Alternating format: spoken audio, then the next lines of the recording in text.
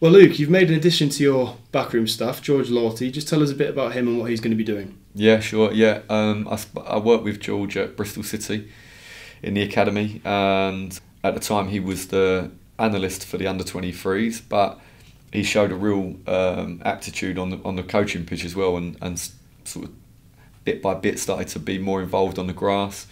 Then when I moved on to MK Dons, George jumped across to the younger age groups in the academy to be a grass-based, coach. But he has really good experience of chopping up video, presenting video footage of the teams. He's got really good experience analysing opposition, analysing performance of our own team, and so for me he's like a really skilled coach and analyst. And he's also really importantly for me is like great work ethic and really good to socialise with the staff and the players. He's got a very warm personality like that. So I think for me it's really important all the staff are able to be able to have many tools in, and George fits that perfect. It means there's a little bit of a reshuffle, doesn't there, with João Alves, who's been with the club for a while, taking on the same title and the same role. And from what I gather, it's going to be very similar work for the both of them. How do you think they'll work together? Yeah, brilliant. I mean, I've been so impressed with João since I came here. Again, he showed really capable with the video content and producing the video content. Very, very good at analysing the performance, both the opposition and our performance. And of course, he's been on the grass as well, and he's more and more he's being in contact with the players on the pitch and understands what I want, so he can relay the message really well and clear to the players. And again, a brilliant work ethic, really great guy to have with the staff and around the players. So we're going to make like two roles that are similar, with George and João, really both of them able to produce the video content that we need. There's so much of it that we want to really be able to go and show the players individual stuff, to be able to show opposition stuff, and to really present that in a really clear way. We want more guys on the pitch to be able to break off into smaller groups, to be able to, if I'm leading the big session, for guys to be able to jump in and give coaching advice to players individually, and so on. And I'm really happy with that setup, and I think I hope is like the way forward is that myself, Ryan, João and George can all be jumping on the pitch and to be able to increase the volume of work that we get on a training ground. Let's talk a bit about some of the other members of staff who you inherited. We'll start with the goalkeepers. Tom Wheel, what have you made of him so far? Yeah, I've been so impressed again. I think just the first thing again is the work ethic is perfect for me. He's always there. He's always working on either the set pieces or analysing the goalkeeper performance. He will always know the opposition really well, watch the opposition and give me really important information. Then of course the work that he does with the goalkeepers is so thorough, and he has a great relationship with them as well.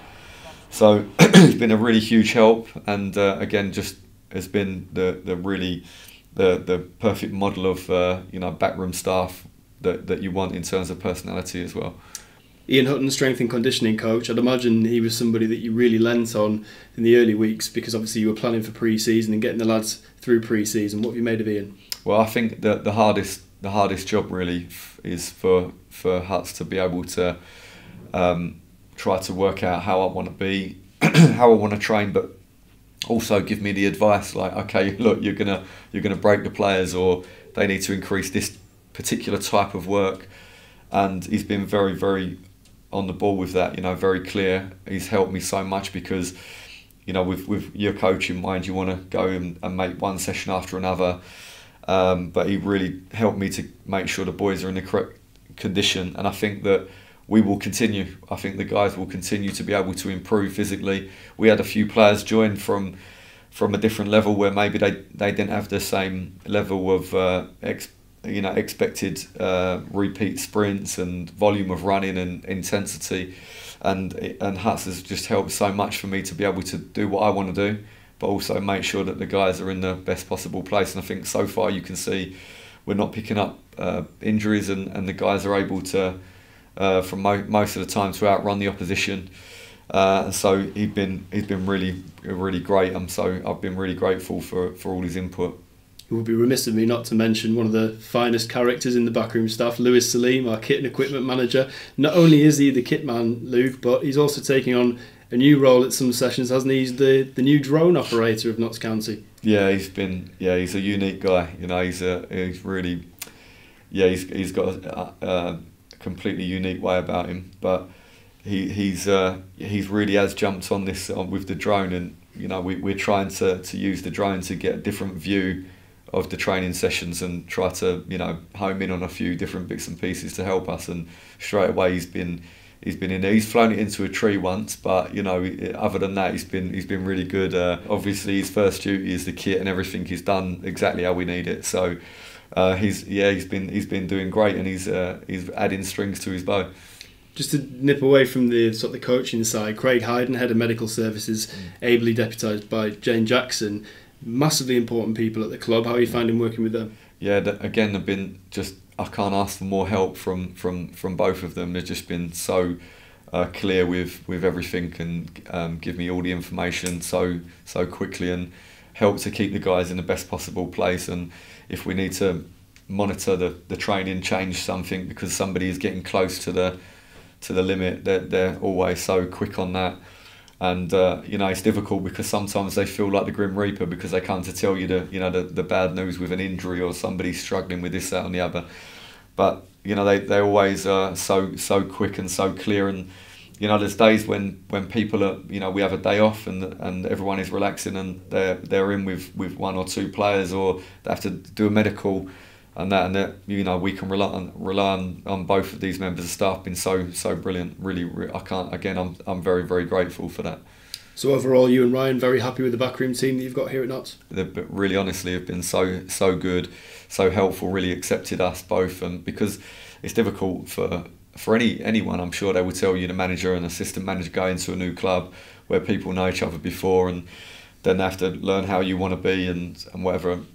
They've made it, honestly, so easy for us, and we feel really, really settled in.